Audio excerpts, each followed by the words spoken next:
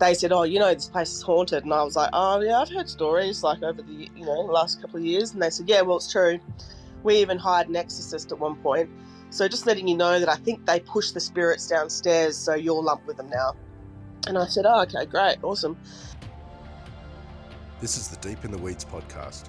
I'm Anthony Huckstep. We often forget how big this big brown land of ours is. Australia may have a small population, but its landmass is extraordinary. Besides the overpopulated big cities, the country is full of small pockets of populations, often living in very different climates and conditions to others around the country. It creates some pretty special hospitality businesses that not only represent the place they are situated, but capture the identity of the people too. Amy Hamilton is the owner of Liberte in Albany at one of the most southern tips of Western Australia. Amy, how are you going? I'm well, thanks. Thanks for joining us. You're in a really unique spot in Australia, and we've had a hell of a last 12 months on the planet. What's it been like in such a remote sort of area of Australia? Well, surprisingly, in the last year, it's been pretty good, considering. Overall, having a business in the corner of Australia has been quite challenging at times, but, it's still rewarding. Tell us a bit about Albany. It's a beautiful location. It's got a pretty rich history, but we often just hear about Margaret River and Perth when it comes to Western Australia. Tell us a bit about the region that you're in. So the Great Southern Region is a huge region geographically. It's one of the biggest regions in WA. It has a lot of sub-regions within that region. So like Albany is just one. So there's also, within that region, there's Denmark and the Paronga-ups and Franklin River and so on. So, and for that reason, it's actually really diverse, just in terms of even its climate and topography. So you get a lot of variation, within that for produce. So, which makes it really interesting from a chef's perspective. It's got some really amazing, fruit and vegetables. It's a really epic little pocket of ocean down here as well. And so we have really abundant and beautiful seafood because, anything coming out of the water is pretty top notch. We've also got really interesting, cool climate wines, which when I came to the region, I found really exciting. You're right, like Margaret River gets a lot of focus in the press, and we've always tended to be like the kind of underdog, but I think that's changing now. Like we've got, for many reasons, but, I think alone the wine in itself should be exciting enough for people to want to turn their attention away from Margaret River a little. You mentioned the differences in terrain and also weather in that sort of vast region that you're in. It's summer at the moment. What's some of the produce that really stands out from both the sea and land for you at the moment of the region? Oysters. So the Albany rock oyster is, lots of that. Well, there's not lots of it right now, but that's where it comes to its forefront in summer. So we have, that's where shellfish really tends to shine at this time. Abalone, blue manna crab, rock oyster. Wow. Yeah. And just, your usual veg, like a lot of really great greens and a lot of great aromats like herbs, and also really great tomatoes. But, for me, it's the shellfish. That's kind of the most exciting thing that's going. A lot of berries as well, which is kind of nice. But, yeah, the shellfish for me is what really stands out. WA's had pretty strict restrictions in regards to COVID and it's had a pretty relatively normal existence compared to much of the planet. What's it been like for you in Albany? Did COVID affect what you do as a restaurant in that region? Yes, it did. I have to admit, when it first kind of hit, I wasn't quite sure what was going to happen, but I don't know. I think I've always had this really dogged, stubborn attitude in the sense that already having a business down here was a huge risk in itself to begin with. So, if I can make this restaurant work for 6 years, when most people said it was going to be a joke, or, I wouldn't last, like, you're not going to last selling Negronis and martinis and French Vietnamese food here. You don't have a kids menu, you don't have a steak sandwich. How are you going to survive? You know, I suppose, and not being legally be able to cook in my kitchen for the first 2 years and having to hide it. And there was a lot of stories that came out of Liberte that people would probably be shocked at that I did in order to survive. So yeah, when COVID hit, it was just kind of like another, oh yeah, okay, fine. Like, what have you got now, kind of thing. So, luckily for me, I think the saving grace was the fact that I'd already had an online takeaway system established called Liberte.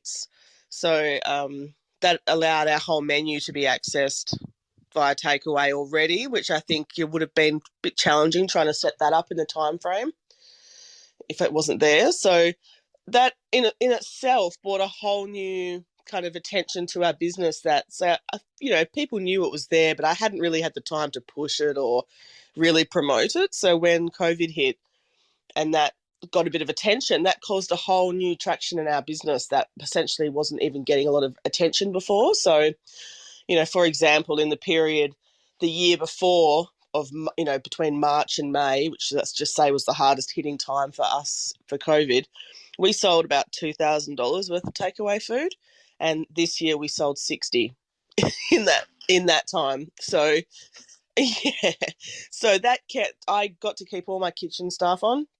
Essentially, I think I let like one casual person go, but he was kind of out the door anyway. And so yeah, they all stayed on and just got to do the takeaway purely, like it didn't affect their hours. And then after kind of the restrictions eased and people could start coming back in the restaurant, that momentum from the takeaway continued. So we've really been the busiest we've ever been. And now we have to do a booking system where we do up to 3 sittings a night, because before we'd just let some people come in and they can stay all night kind of thing.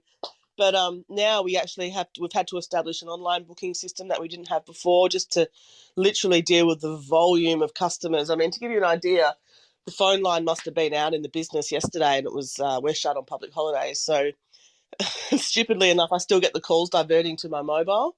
And I literally had calls coming through to my phone every 3 minutes for like all of yesterday. And that's with the online booking system. So there's just this huge demand for like the our business at the moment. So yeah, in that sense, it's the best it's ever been. So As you mentioned earlier, you've spent the last 6 years building this business, and you also said that people told you were crazy to do it. Can you tell us about the history of Liberte and also why you got involved and purchased it? so essentially, like, to understand that question, you'd probably have to briefly understand why I'm in Albany in the first place, which in itself was an accident. I mean, I've talked about this before, but of course, for the people that don't know, I'm a chef, well, kind of half-breed chef, I suppose. I never went to TAFE and did an apprenticeship. I did a traineeship through one of my jobs in Perth. And so, I kind of fast-tracked this in 2 years. Started as a dishwasher, never even wanted to be in hospitality. I had an arts degree. I was studying at university, and then kind of got disillusioned with that, needed a job, living at home, got a job as in the opening team of a kitchen in Perth called Must Wine Bar, and literally had no dishwashing experience and didn't even realise I'd need it because I was that naive. Wrote a letter to Russell because I didn't have a resume really of any kind of worth, and just kind of said, there's no dish pile too high or too dirty for me to clean. They were my words. And yeah, and he, of course, just threw it in the bin because, he didn't have time to read this stupid letter. And I wondered why 3 weeks later I hadn't got a call because, I couldn't understand how, I couldn't get a job washing dishes. So I would ring Russell at all different times during the day, during service, because I didn't know that there were service times. And finally, after ringing about 10 times, he finally picked up and answered me. And he said, "Look, Amy, you didn't get the job." And I just said, "Why not?" And he said it was that kind of, me questioning him that made him think, okay, fine, I'll give you a go. So he got me in. I walked in and I just instantly thought, this is for me. This is the environment I want to be in. All these, this the nightlife, I don't know, the kind of the world of vagabonds and fringe dwellers and high functioning deviants, And also, as someone that loves creating things, it satisfied that urge in me as well. And not only was I doing an art degree, I also wanted to be an art teacher. So, in some ways, the whole element of cooking satisfied both of those urges for me. So, uni went on the back burner, did this traineeship, cutting to long story short, ended up traveling around Australia, cooking around Australia, and nowhere really of note, just like, a lot of kind of weird little places, and worked in Melbourne for like, half a year. Felt pretty burnt out, was coming back home in my camper van that I travelled around with we travelled around with my ex-partner, and basically wanted to quickly visit his mum in Albany. And 10 years later, I'm still here. So, yeah, never made it back to Perth. Wasn't that excited about going back to Perth, but at the time, and Albany just was beautiful. And I just remember thinking, this is so inspiring for someone that likes food and wine. And I wanted to kind of, we're at that point in our relationship where, we're thinking about kids. I never wanted to have kids, but then suddenly something kind of went off inside of me. And so for that reason, kind of settled into Albany, had 2 children, and then, yeah, here I am. And I suppose living in a place like Albany, or also just being, I don't know, for me as a chef in general, and with the potential capacity to be a mother, there's something in me that goes, I need to be able to dictate my own roster, because I'm never going to be able to be, and so now I'm a single mother. How am I going to look after 2 kids if I'm always working for someone else in a kitchen? It's impossible, with the hours. And so I finished my 2 degrees just so I had them behind me if, I decided cooking was all too hard. But essentially I got to the point where I'd run a kitchen down here, and I thought, I wanted to be able to cook my food, and I also want to be able to dictate my own roster. So Liberte was a business that had opened in 2007. And so the name was established, and essentially the look of the business is already established. It's this heritage building on Stirling Terrace in Albany. The original building was built in 1852. Some say, some say it is the first licensed bar in WA. Yeah, so it's got an amazing history. People come from all over the world to see it because it's also in a lot of journals haunted. So we have like psychics and um, guys that study kind of all that kind of uh, basically haunted things. Like they come and have a look, and there's a big history about it written in the library. In fact, I've got some pretty crazy haunted stories myself, and my bar manager, who was with me for 6 years too. So there's a lot of crazy energy at this building, and I always remember when Liberte opened. I was, hadn't been in Albany that long, actually a few months, and I just remember thinking, wow, this building is amazing. This business is amazing. And the people that owned it before, one of the partners had a really great design eye. And so although it's this like turn of the century, building, she had redecorated the interior with this Parisian Baroque kind of look, like lots of kind of velvet, like red, deep burgundy curtains and gold, and just, it was amazing. And so that kind of part of the business is already done for me. But when, Liberté went on sale, like a couple of years after they bought it. And I just remember thinking, like, at the time, like, I could never take on something like that because it just seemed too big and grand kind of thing. But when it came for me to kind of really decide to buy a business, there was that business still available. It'd been on the market for 3 years, and there was this other one which I thought was far more approachable, and I was going to do a whole different concept with. But it just ended up being Liberté. And I just thought, I remember getting the keys and sitting in the front bar all on my own. And it's like a big building. And I just thought, what have I done? But it's kind of like, I suppose, having a baby. It's like when you have a baby, your first baby, you think, oh, shit, what have I done? When you're sitting here in the hospital with it. And it's kind of like one of those things that, 6 months later, a year later, it just becomes part of you. And you don't, even though it's hard at times and joyful at times, it's just, yeah, I don't know. You just end up coping, I think. So, yeah, so 6 years later, I've got this business, and I can't, to be honest, like I knew that I was never going to be a great business mind. I thought I'll probably just be able to make it work. And I think I've done that. I think a lot of businesses have closed sooner, so I'm always surprised when I've been open this long. It's definitely been a really interesting journey. Can't take it back. A lot of restaurateurs probably have businesses that haunt them for the rest of their time, but being in a venue that is supposedly haunted, is it haunted? Do you have any stories you can tell? Yeah, I do have stories I can tell. So I was in court, like probably in the first couple of years of owning the business, and for example, when I was in the first few weeks of having the business, there's a backpackers upstairs, and they had come down and talked to me when they'd heard that I was getting the place, and they wanted to tell me some stories of their own. So, um, and they'd told me a couple of stories how there's a room upstairs. It's like room 11 in the backpackers that they've never been able to open because at night time you can hear things from that room and things get moved around. And I said, oh, okay, cool. And it was probably like the first few weeks I remember being in the office, what we have made the office at Liberte, and I could feel this kind of energy rushing at me. And now I'm not someone that is actually, like, I don't know. I don't, I'm not overly kind of, I'm not going to, what's the word? Superstitious or whatever.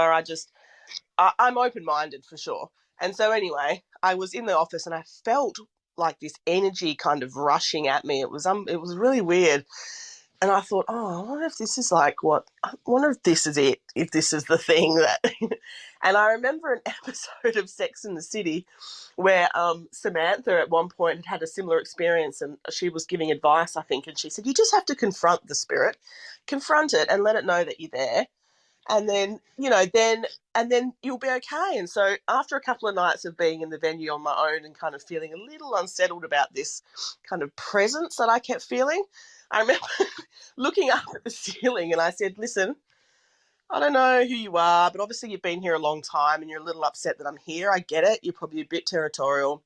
All I'm saying is I'm going to try and stay here as long as possible. So if we could get along, I'm not asking you to leave. I'm just saying I'm just going to probably be here too. And if we could share that space, that would be really awesome. And so that was, and after that, I swear the energy completely changed. My bar manager used to see, she sees in the reflection of the mirrors at Liberte, like she'll see a person walking. So she sees like a dark kind of outline, and I'll see that too. I'll be like in the kitchen, and all of a sudden in the corner of my eye, I see like an outline, like a shadow. And it looks like they're kind of wearing a top hat. And when I was at court a couple of years later, one of the women that worked in this victim support that I was visiting, she said to me, oh, so you own Liberté now? And I'm like, yep. She's like, I used to own it 20 years ago.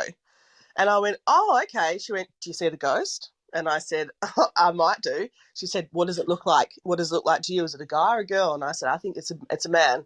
She went with a top hat. And I said, yep. Yeah. So that was crazy because she said that, she'd had this exact same experience. So, yeah, with little things like that all the time happen. Yeah. How do you deal with people coming from all over the world to check out this venue that's potentially haunted while you're trying to run a restaurant and feed people? I don't really mind. I mean, it's funny too because I've heard customers say things. So apparently the story is that we have this huge grand staircase that you see when you walk into the building that goes upstairs to the backpackers.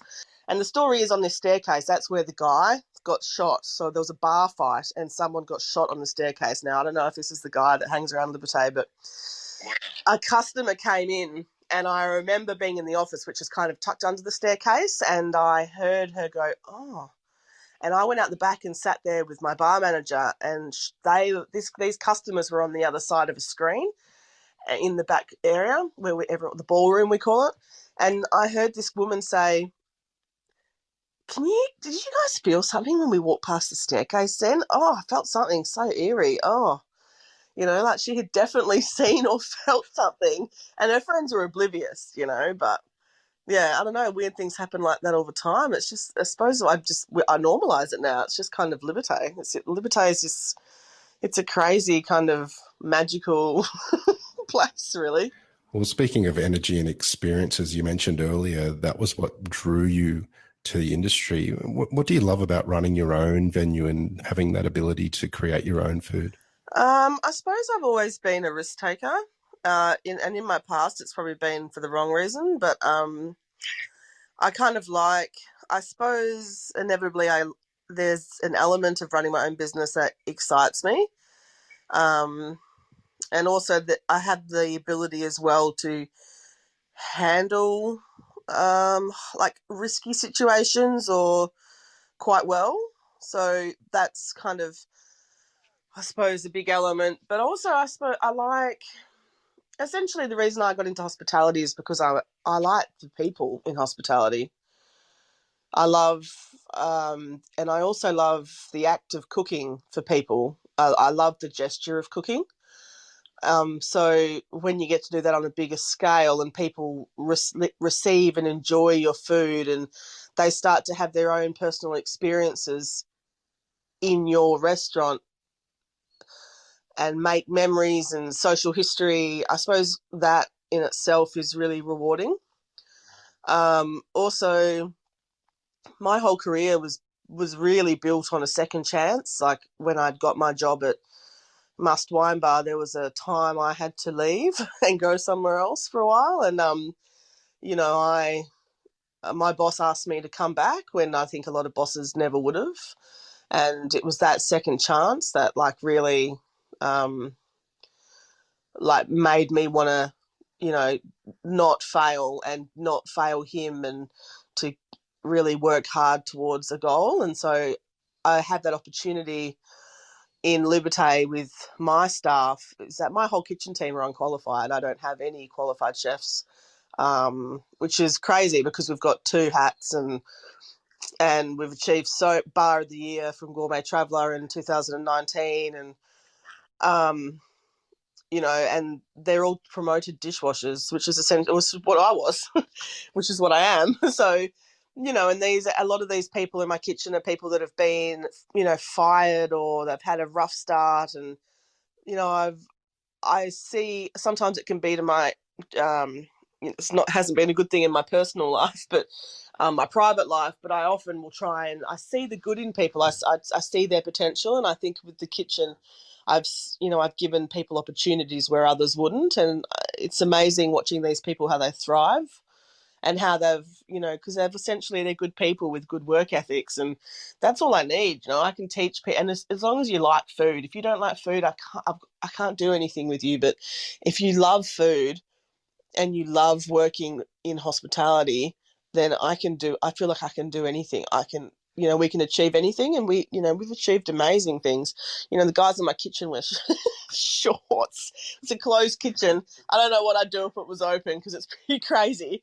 But, like, it's just, people get shocked sometimes. I walk in and be like, these dudes in shorts. Like, and I'm like, I can't stop them. I can't, I'm just happy they're wearing an apron. It's just, so it's a really, it's it's a strange little family we've got, but we've really achieved a lot. And I suppose that's, and just the fact that people have, taken on liking the kind of food I'm doing. Like I've worked in businesses before, and I've been a head chef in a business in Albany before, and I've had to do their concept, which was I get it, like that's their business, and I still believe I can cook anything with integrity, even if it's just not something I would choose. But Liberte was the first time I really got to take a risk and do my own food, and really to do a French Vietnamese kind of take on in Albany is pretty risky because literally at the time I opened, every venue just had like steak sandwich, burger, and all the Asian food was just that Western Chinese, like sweet and sour pork. So for me to start doing things like barn sows and steak frites with fried shallot butter and watercress with notch charm and steak tartare with a quail's egg and a fried rice cracker and stuff like things like that. Shoe pastry. We've got a dessert that's like made with. We make a shoe paste, and not how you would normally bake it. We deep fry it. So we have these deep fried shoe pastry balls that we cut in half. We fill with um, a Vietnamese coffee ice cream. So we literally take like kind of tacky store bought vanilla ice cream because I didn't have room or money for an ice cream maker. So I was like, how do I make ice cream that basically if you ate it or if John Leslie ate it, or if my mum ate it, they would go, this is amazing. They must have made this. But so it's like Peter's ice cream that we put into like a big food processor or a mixer, and then we mix in proper espresso and then condensed milk. And the condensed milk does this amazing thing to the store-bought ice cream. It kind of makes it taste, silky and beautiful. And then, of course, yeah, so then we refreeze it and then it just becomes this thing on its own. And so we fill the shoe puff with this ice cream, douse it in ganache, and then toasted hazelnuts and pistachios. So, it's kind of really great when people can enjoy those things that we've created. The last year is for many in the hospitality industry has been about change. And you mentioned how important a second chance was for you with your career. What sort of advice would you have for those that, might need a change or need a second chance in the industry from your experience? So for me, my second chance was about drugs. I had a drug problem when I was, 20. And I know that I only say that too because I realise that in the industry that's probably a big reason why people most of the time need a kind of second chance. Um, so I don't know. I think it's kind of to be in my life. I've had to really, in order for me to succeed and get on and not be embarrassed or shamed out to the point of hiding in my life. I've had to get to the point where you have to be brave enough to have people hate you or to basically you have to realize you can't control what others think. You can only control how you react. And I think a big part of me being able to get that second chance was just to be honest. Like, I mean, I obviously wasn't honest in the beginning about it, and then it kind of got exposed and made honest when my mum rang up my head chef and had a meltdown saying I was never coming back in because I was a drug addict. And so that kind of brought it all to the table. But it was the honesty from that day forward because I just respected my boss so much that I couldn't believe that my mum had done that, and I was just mortified that I hadn't said it to him myself. So I came in person and sat down with him on a milk crate in the alleyway, at the back of the restaurant. And that's when he said to me, look, Amy, I've got two hats to wear.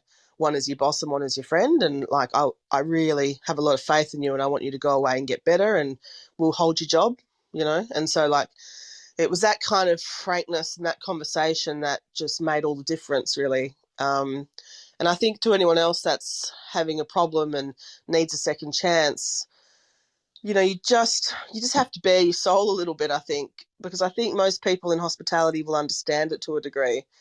But you then have to really make a commitment. Like I think, hospitality is all about commitment and about sometimes working out of your comfort zone. So, for me, I came back with a fire in my belly kind of thing and I didn't want to disappoint. So, yeah, I think it's a lot about just being, open and honest and then a certain level of you have to just commit and work hard to like make people trust you, I think.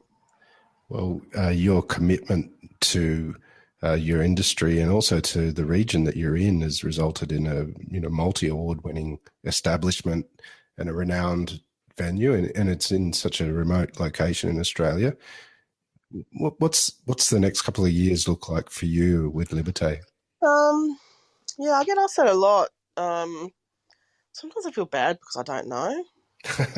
I suppose I mean, the food always evolves, the booze always evolves, the people always evolve within the business. I suppose, like, for me, I've always, like, done something, even if it's just something on a prep list, and I've, made it, and I thought I've said to myself, I'm going to work out how to do that quicker tomorrow and better. So I always set these little personal challenges in my head of how I could streamline what I'm doing to be more efficient and, more, and so I suppose that's in the biggest sense of the business. That's always what I'm trying to do. Like, I've run things like behind the scenes, probably a bit shit the last, if someone that say is amazing at running a business from a business level was to look at me, they'd probably go, oh God, what a man, how have you even survived? I don't know, to be honest. I don't know. I think my accountant's he's probably had many nervous breakdowns. So I suppose, like, uh, I'm always trying to streamline and work out how I could run the business better. And to be honest, I think that will probably take up the next 2 years because, I'm implementing things after COVID because I've also had the financial freedom that's allowing me to, like, push the business forward in many aspects and just redo it. I mean, you have to remember it's a heritage building. It is falling apart. So, like, that in itself is a challenge, and I haven't had really the room to move financially to make these changes. So really, I just want to streamline the way the business runs, more and more, and just, I don't know, just, like, redo the bar and nothing major, to be honest. Just want to keep it going. I have to be honest. If I was asked this question probably a year ago, I'd probably say, oh, I don't know. I think I want to kind of maybe I wanted to wind it up. And then I often, like, hear people say, well, the locals would die. They've already told me that I'm staying open forever and I'm never going anywhere. And they're so proud to be able to say to people that come from Sydney and Melbourne and London and wherever that there's Liberte to eat at. And they're like, we're so proud that, we love it when people from out of town come here now because we can say to go to Liberte with such, confidence in our heart. And so, it's a hard one. It's a hard one, like, you don't want to take that away from people, but, also you have to look after yourself if you're burning out. And, but, I don't know, I feel okay at the moment. So, yeah, I think Liberte still has some things to say, put it that way. Well, we've absolutely loved what you've had to say today. It's an absolute honour to talk to you, Amy, on Deep in the Weeds. Please keep in touch, and we'll talk again soon. No problem. Thank you. This is the Deep in the Weeds podcast. I'm Anthony Huckstep. Stay tuned as we share the stories of Australia's hospo community, suppliers and producers in search of hope during this pandemic. Special thanks to executive producer Rob Locke for making this all happen. Follow us on Instagram at Deep in the Weeds Podcast, or email us at podcast@deepintheweeds.com.au. Stay safe and be well.